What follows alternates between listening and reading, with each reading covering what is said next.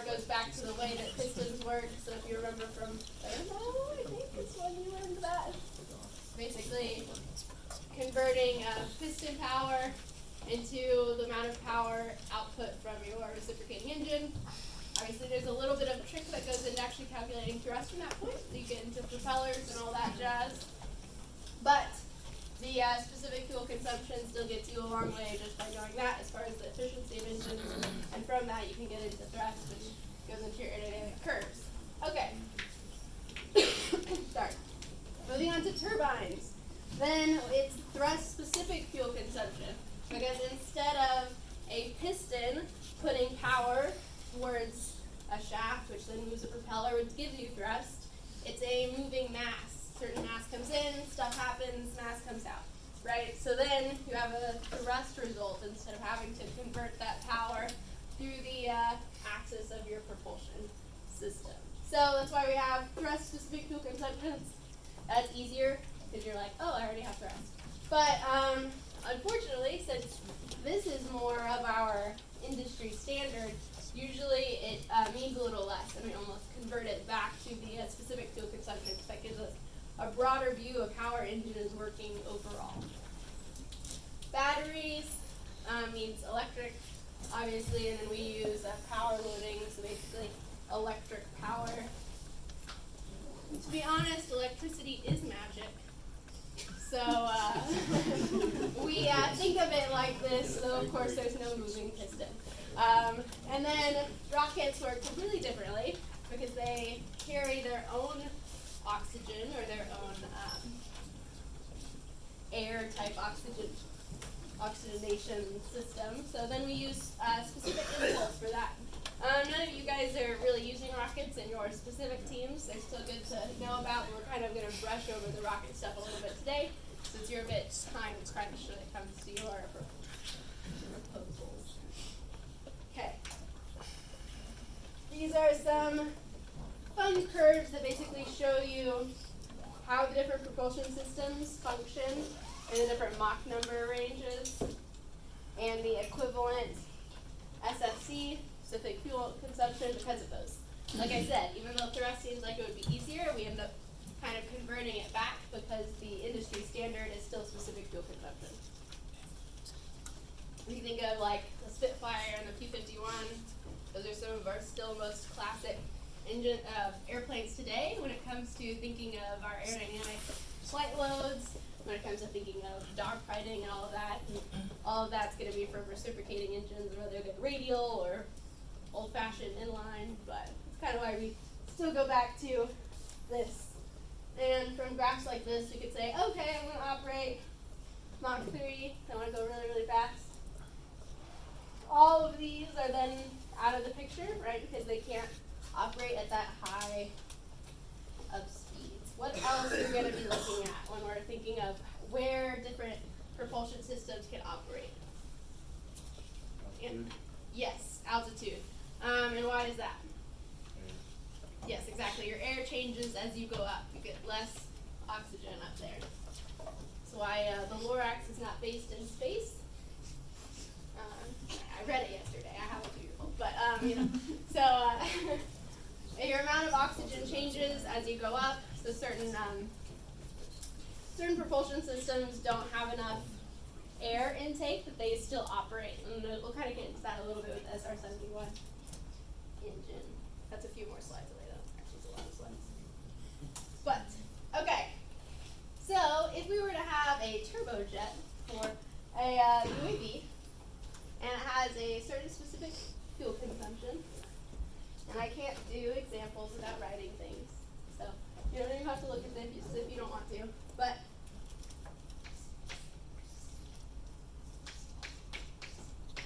okay, we got 1 pound force over 1 pound mass hour. And flight time is going to be given then by your weight over the rate of your weight, right? Because any kind of something over the rate of something is always going to give you a time, right? Because you have an extra time in there and you do the divider. So this is basically, this relation just comes from knowing the units. And from that, we could say the weight of fuel equals our time times WF dot. So we're trying to figure out how many gallons of fuel this UAV needs to carry around for 1 hour. And then it's pretty simple. And luckily our units are all, 1. So we've got 1 hour times 1. Does anyone have a calculator? Thank you for the pity laughs. I do appreciate it. Okay, times 100 pounds force.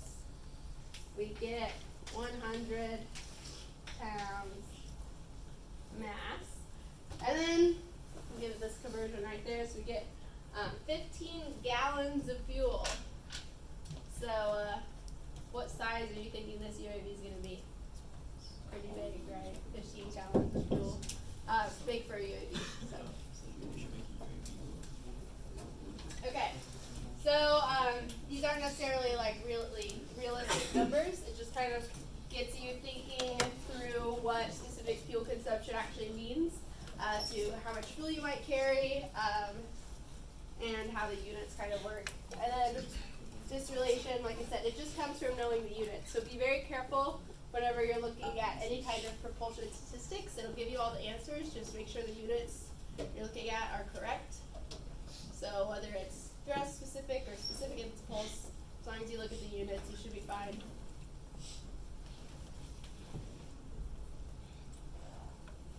I personally hate pound mass, so that's why I've never been that much of a propulsion person. If they just use slugs, I would like it better, but okay, so specific impulse, we're not going to spend too much time on this because it's not as applicable to any of your projects, but good to at least go over a little bit because some air-breathing engines do use it. That's going to be your turbofan, a ramjet, or a scramjet. They don't use it very consistently because, like I said, it doesn't really match with industry standard very well, but it is a way of measuring how effective your engine is. And that's going to be units of thrust over rate of weight loss.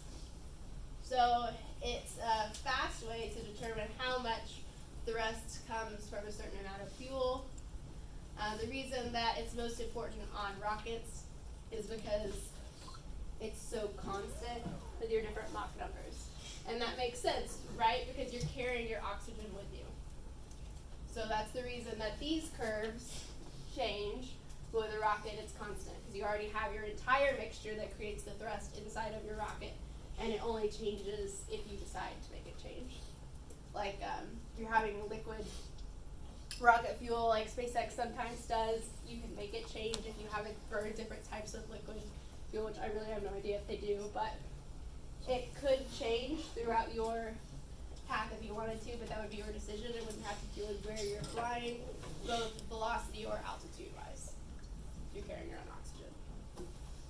So even though it looks like gas turbines have a better specific impulse performance than rockets, and they definitely do,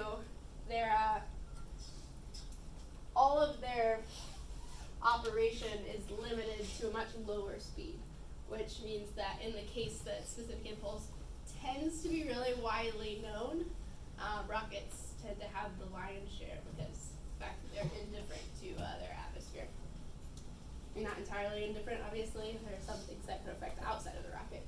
As far as the thrust goes, it's different. Okay, so I'm going to skip a few of these slides. They're all about rockets. Rockets are cool. I'm not going to talk about them today. If we have time on Wednesday, we'll come back. Okay.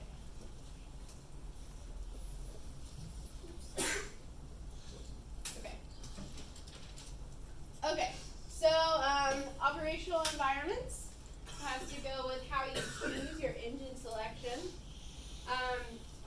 Obviously, it's a huge part of your aircraft design process. It's one of the 4 main loads, the thrust part. and the drag part, depending on how big your engine is.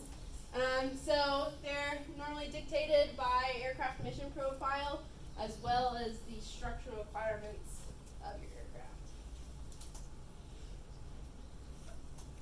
aircraft. Okay, so these three lines kind of dictate where you need to operate as far as your design goes.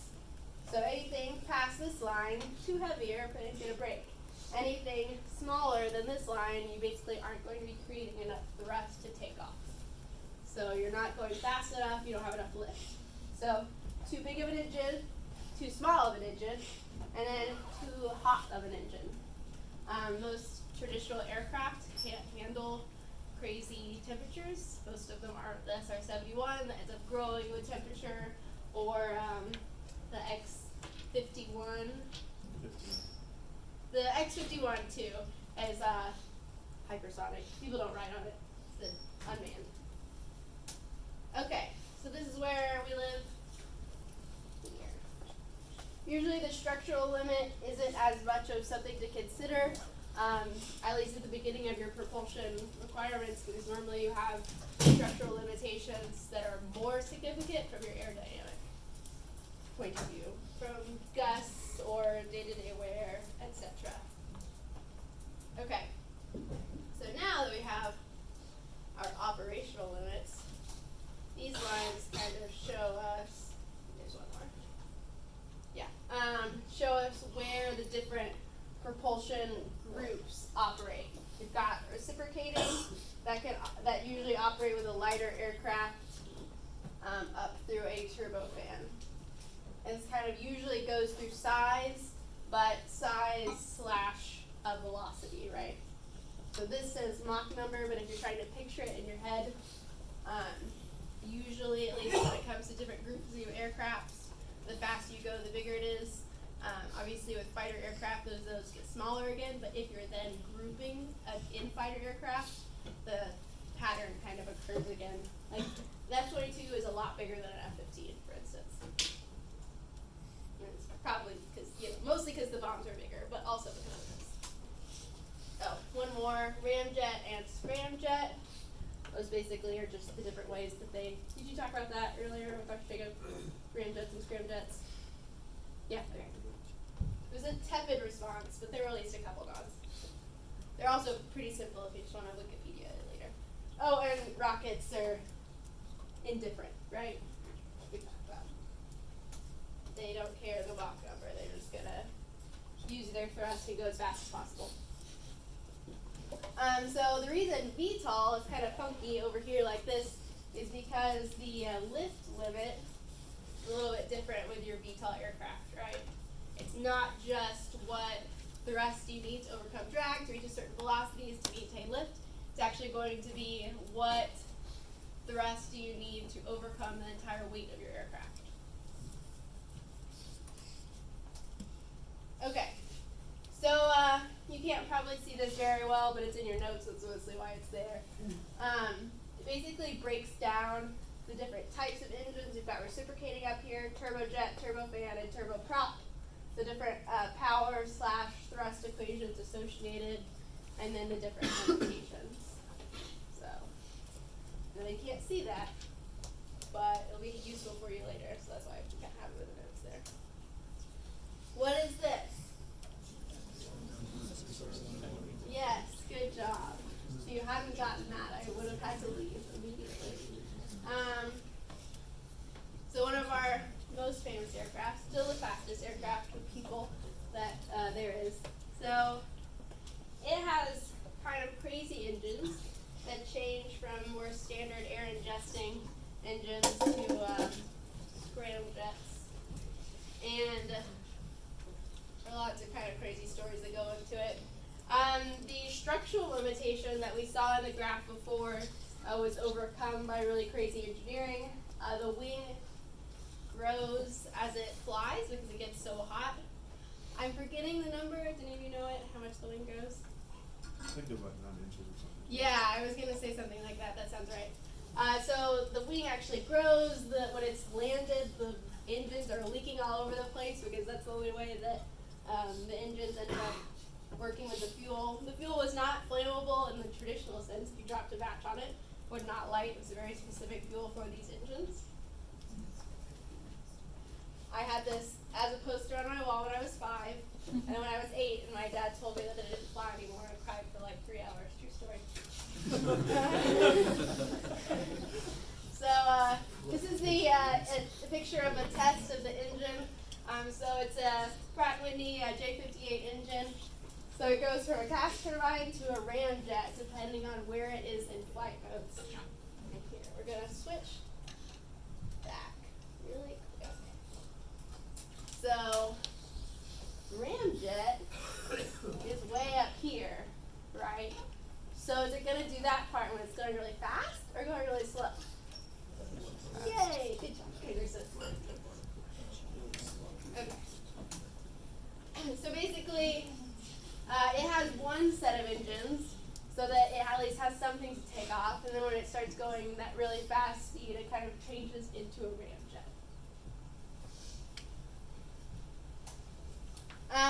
Our newer engines are more boring than that one, but a lot more relevant to what you're going to be doing now, and then as your careers as engineers move forward. So these are different developments by different companies. I'll start over here. This is a Rolls-Royce engine. I tried to read up on it last night because I saw it was on this slide. I hadn't heard of it personally. So basically, they tried to make a more efficient turboprop, and apparently they're doing a good job.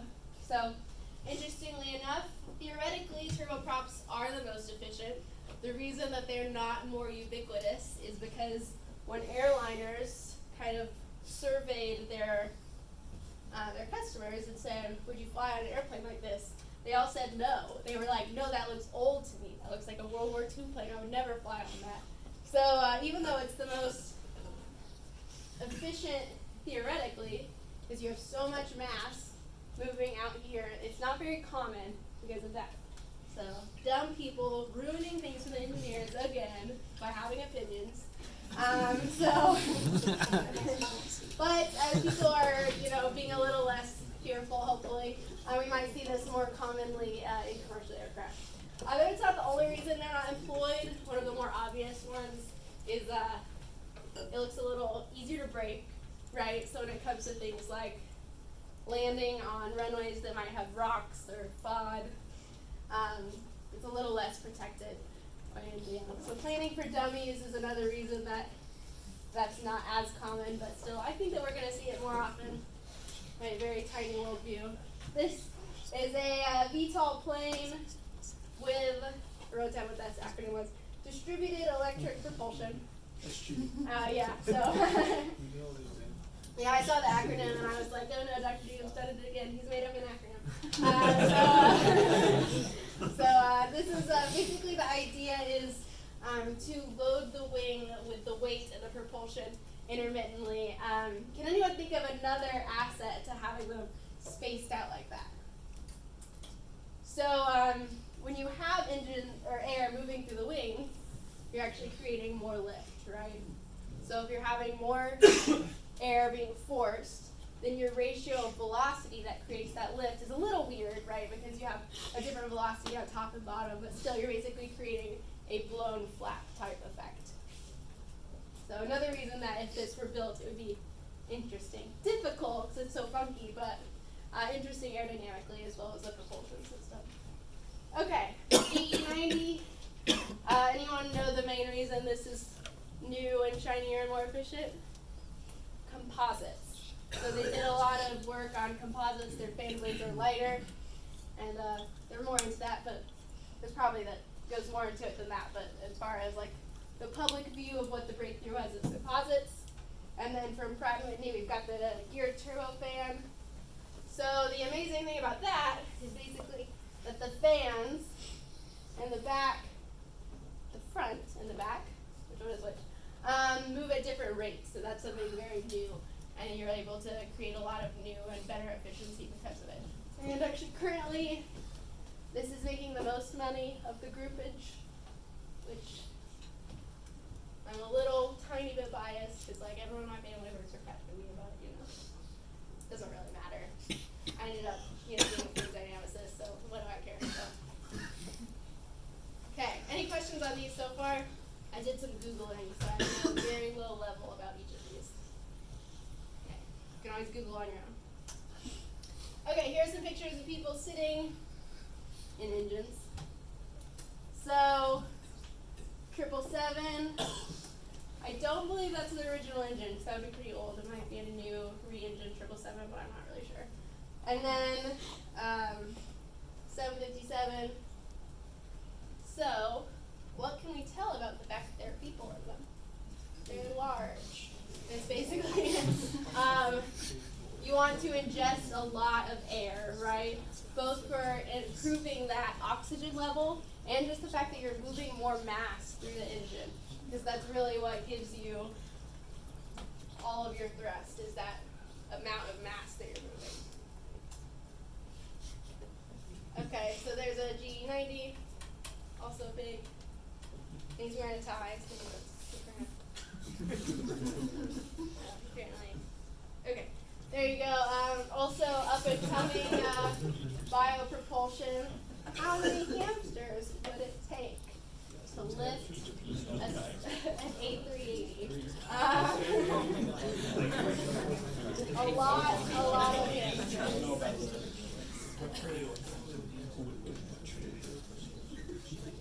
But luckily the hamster has goggles, so PETA has approved this message.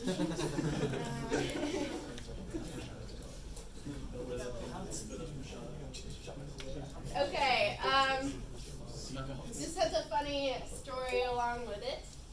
So, a pilot for a Chinese carrier requested permission to land at a Frankfurt airport for an unscheduled refueling stop. Something wasn't working very well.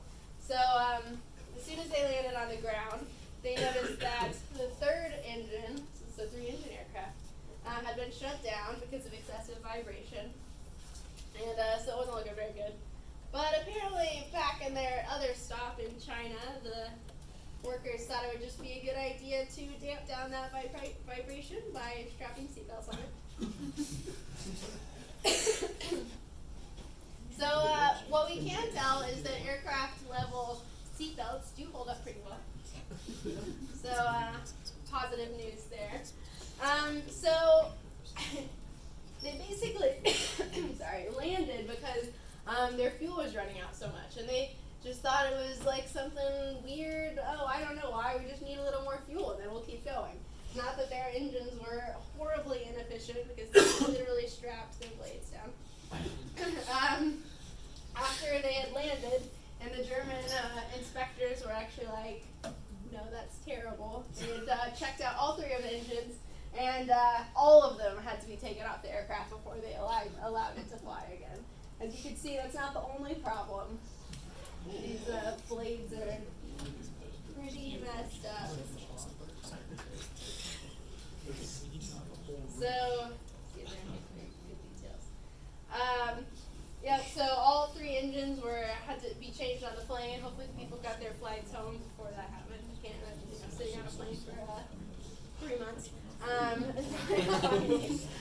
So don't do this. If when you're writing up your mission profiles, don't say, if we have an engine out stereo, we'll just strap some seatbelts to it. Keep going.